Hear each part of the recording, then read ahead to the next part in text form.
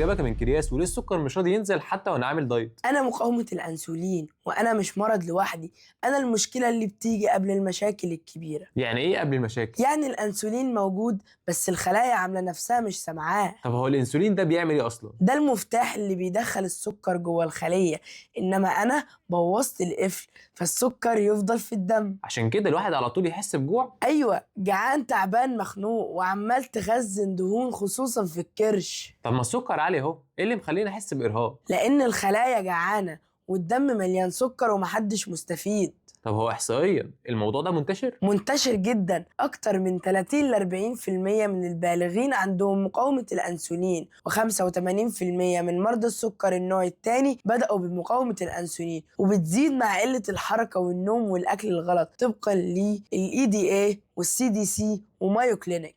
يعني انت كده سبب مرض السكر من النوع التاني. أنا الطريق السريع ليه لو اتسبت من غير تعديل. طب قول لي كده ايه اعراضك التانية غير الكرش؟ نعاس بعد الأكل، صعوبة تخس، اسمرار في الرقبة وتحت الإبط، اشتهاء سكريات وحموضة مخ. طب نخلص منك ازاي بقى؟ مش بتحبوني؟ طيب اسمع، هتعملوا فولو للدكتور، وبعدين حركة يومية، أكل أقل سكر ونشويات، نوم مظبوط، وأحيانا أدوية تساعد الخلايا تسمع الكلام. حبيبي تسلم يا بنكرياس، بس لحظة، الموضوع هنا كده مش موضوع حرمان. لأ، الموضوع تنظيم ذكي مش تجويع. وزي ما سمعتوا مقاومة الانسولين مش كسل ومش ضعف إرادة، لا دي حالة طبية ولازم تتفهم، ولو اتفهمت صح تقدروا تمنعوا منها أمراض زي السكر والجلطات وتعب لمدة سنين. واعملوا شير للفيديو علشان تزودوا الوعي وأختفي من وسطكم. واكتبوا لنا تحت في الكومنتات تحبوا نتكلم عن ايه الفترة الجاية.